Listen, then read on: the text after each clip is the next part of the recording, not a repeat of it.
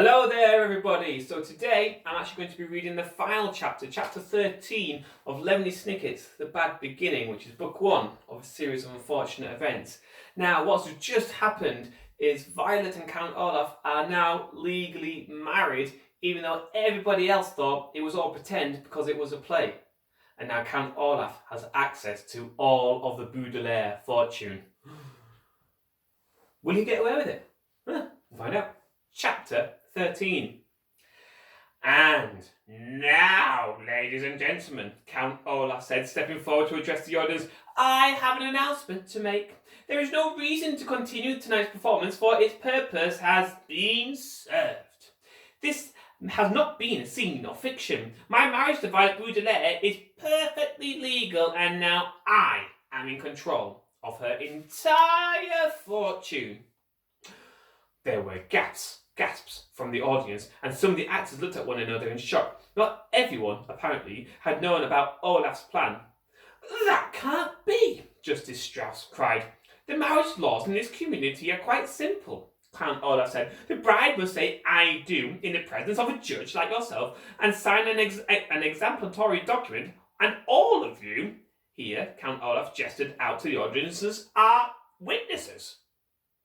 But Violet is only a child, one of the actors said. She's not old enough to marry. She is if her legal guardian agrees, Count Olaf said. And in addition to being her husband, I am her legal guardian.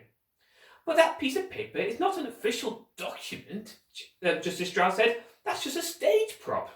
Count Olaf took the paper from Violet's hand and gave it to Justice Strauss. I think, if you look at it closely, you will see it is an official document from City Hall. Justice Strauss took the document in her hand and read it quickly. Then, closing her eyes, and she sighed deeply and furrowed her brow. Thinking hard, Klaus watched her and wondered if this were the expression Justice Strauss had on her face whenever she was serving at the High Court. Oh, you're right, she said finally to Count Olaf. This marriage is unfortunately completely legal. Violet said I do, and signed her name here on this paper. Count Olaf, you are Violet's husband, and therefore in complete control of her estate. That can't be, said a voice from the audience, and Klaus recognised it as the voice of Mr. Poe. He ran up the stairs to the stage and took the document from Justice Strauss. This is dreadful nonsense. I'm afraid this dreadful nonsense is the law, Justice Strauss said. Her eyes were filling up with tears. I can't believe how easily I was tricked, she said. I would never do anything to harm you children. Never. You were tricked so easily, Count Olaf said, grinning, and the judge began to cry.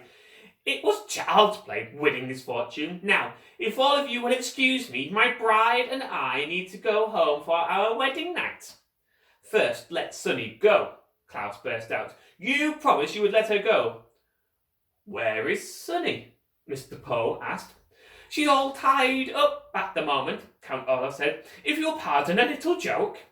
His eyes shone as he pressed buttons on the walkie-talkie and waited while the hook-handed man answered. Hello? Yes, of course it's me, you idiots. Everything has gone according to plan. Please remove Sunny from her cage and bring her directly to the theatre. Klaus and Sunny have some chores to do before they go to bed. Count Olaf gave Klaus a sharp look.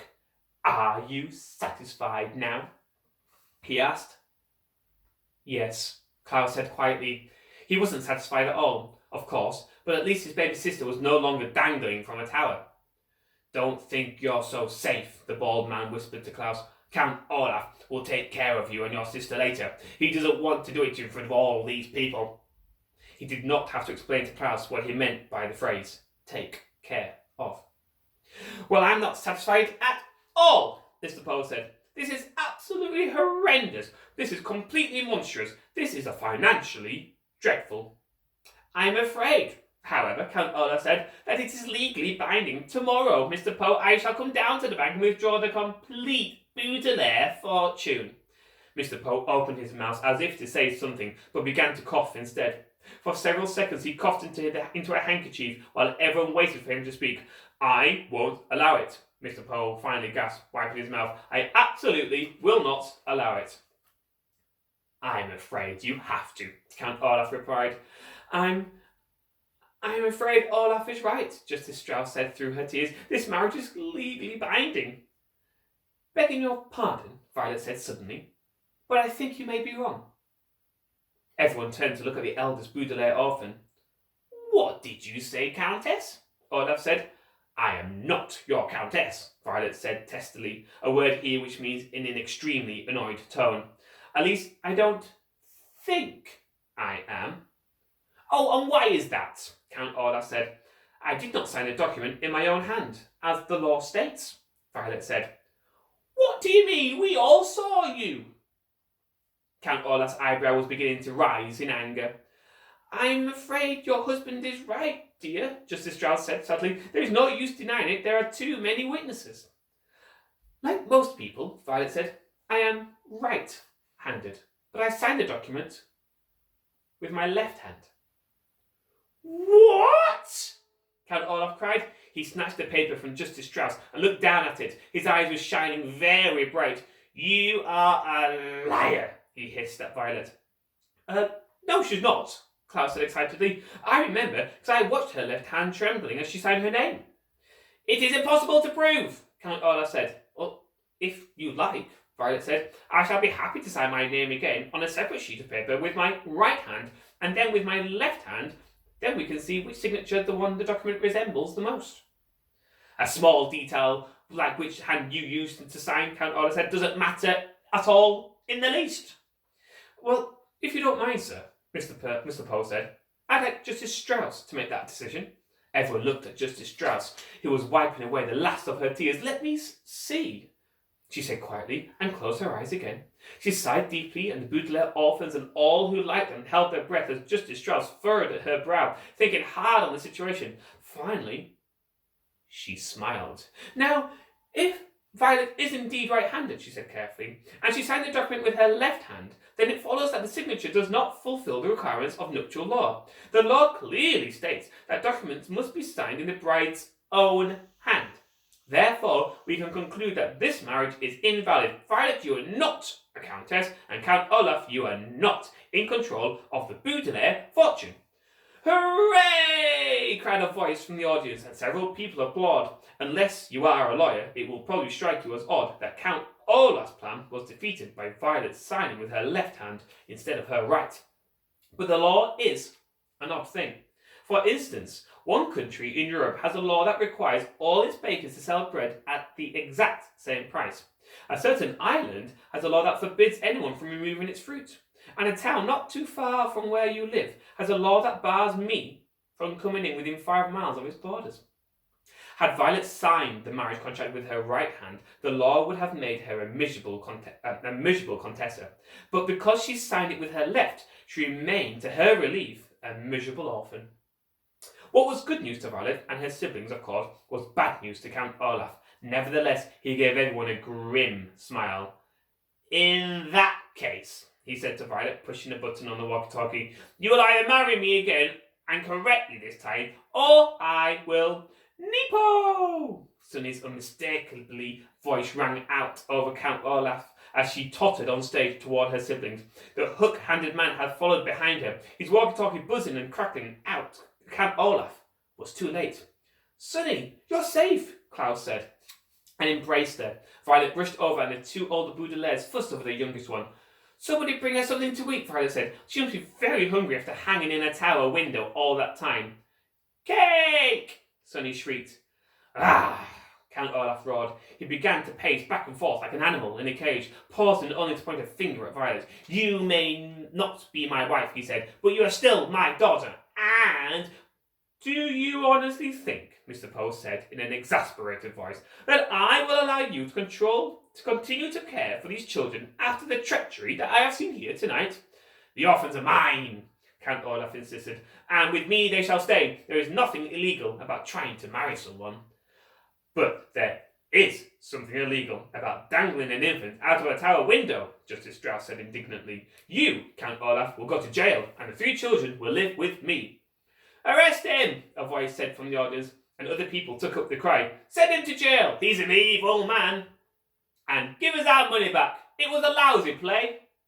Mr. Poe took Count Olaf's arm and, after a brief eruption of coughs, announced in a harsh voice, I hereby arrest you in the name of the law. Oh, Justice Strauss, Violet said. Did you really mean what you said? Can we really live with you? Of course I meant it, Justice Strauss said. I am very fond of you children, and I feel responsible for your welfare. Well, can we use your library every day? Klaus said. Can we work in the garden? Violet asked. Cake! Sonny shrieked again, and everyone laughed. At this point in the story, I feel obliged to interrupt and give you one last warning. As I said at the very beginning of the book, you are holding in your hands does not have a happy ending. It may appear now that Count Olaf will go to jail and that the three Baudelaire youngsters will live happily ever after with Justice Strauss, but it's not so. If you like, you may shut the book this instant and not read an unhappy ending that is about to follow. You may spend the rest of your life believing that Baudelaire triumphed over Count Olaf and live the rest of their lives in the house and library of Justice Strauss, but that is not how the story goes. For as everyone was laughing at Sonny's cry, the important-looking man with all the warts on his face was sneaking around the controls of the lighting for the theatre. Quick as a wink, the man flipped the main switch so that all the lights went off. Everyone was standing in darkness. Instantly, pandemonium ensued as everyone ran this way and that, shouting at one another. Actors tripped over members of the audience. Members of the audience tripped over theatrical props. Mr. Poe grabbed his wife, thinking it was Count Olaf. Klaus grabbed Sonny and held her up as high as he could so she wouldn't get hurt. But Violet knew at once what had happened and made her way carefully to where she remembered the lights had been. When the play was being performed, Violet had watched the light controls carefully, taking mental notes in case these devices came in handy for an invention. She was certain if she could find the switch, she could turn it all back on again. Her arms stretched in front of her as if she were blind. Violet made her way across the stage, stepping carefully around pieces of furniture and startled actors. In the darkness, Violet looked like a ghost, her white wedding gown moving slowly across the stage. Then, just as she reached the switch, Violet felt a hand on her shoulder. A figure leaned in to whisper into her ear. I'll get my hands on your fortune if it's the last thing I do, the voice hissed. And when I have it, I'll kill you and your siblings with my own 2 hands. Violet gave a little cry of terror, but flipped the switch on. The entire theatre was flooded with light. Everyone blinked and looked around. Mr. Poe let go of his wife. Klaus put Sonny down, but nobody was touching Violet's shoulder. Count Olaf was gone. Where did he go? Mr. Poe shouted. Where did they all go? The Baudelaire youngsters looked around and saw that not only had Count Olaf vanished, but his accomplices, the wart-faced man, the hooked man, the bald man with the long nose, the enormous person who looked like neither a man nor a woman, and the 2 white-faced women, had vanished, along with him. They must have run outside, Klaus said, while it was still dark. Mr. Poe led the way outside, and Justice Strauss and the children followed. Way down the block they could see a long black car driving away into the night. Maybe it contained Count Olaf and his associates. Maybe it didn't. But in any case, it turned a corner and disappeared into the dark city as the children watched without a word. Blast it, Mr. Poe said. They're gone. But don't worry, children. We'll catch them. I'm going to call the police immediately. Violet, Klaus and Sonny looked at one another and knew that it wasn't as simple as Mr. Poe had said. Count Olaf would take care to stay out of sight as he planned his next move. He was far too clever to be captured by the lights of Mr. Poe. Well, let's go home, children, Justice Strauss said. We can worry about this in the morning when I fixed you up a good breakfast. Mr. Poe coughed. Wait a minute, he said, looking down at the floor. I'm sorry to tell you this, children, but I cannot allow you to be raised by someone who is not a relative. What? Violet cried. After all Justice Strauss has done for us? We never would have figured out Count Olaf's plan without her and her library, Klaus said. Without Justice Strauss, we would have lost our lives.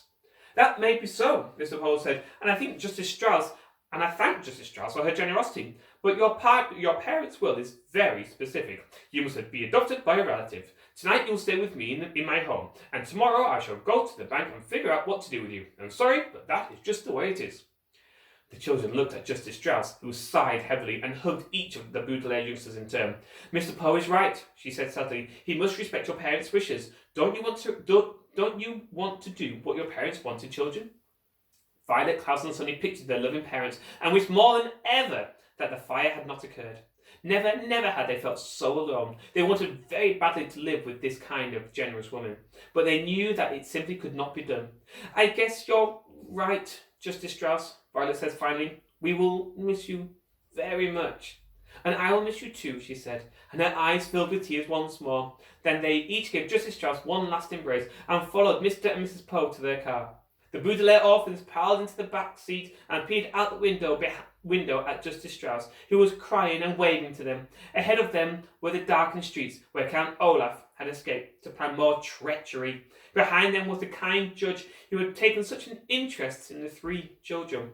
To Violet, Klaus and Sonny, it seemed that Mr. Poe and the law had made the incorrect decision to take them away from the possibility of a happy life with Justice Strauss and toward an unknown fate with some unknown relative.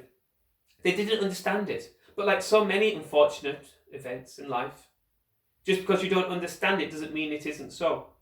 The Baudelaires bunched up together against the cold night air and kept waving out the back window. The car drove farther and farther away until Justice Strauss was merely a speck in the darkness, and it seemed to the children that they were moving in an apparent, the word apparent here means very, very wrong and causing much grief, direction. And that is the end of Lemon and Snicket's The Bad Beginning, which is book one of a series of unfortunate events. A bit of a dark story, but if you are interested in the rest of the series, they are a fantastic series. I think there are about 13 altogether, so I really, really recommend it. So there we go. A series of unfortunate events, book one, Lemon and Snicket, The Bad Beginning. I hope you enjoyed it, everyone, just as much as we enjoyed reading it to you, and I will see you again soon for our next story. Alright guys, see you later. Bye bye.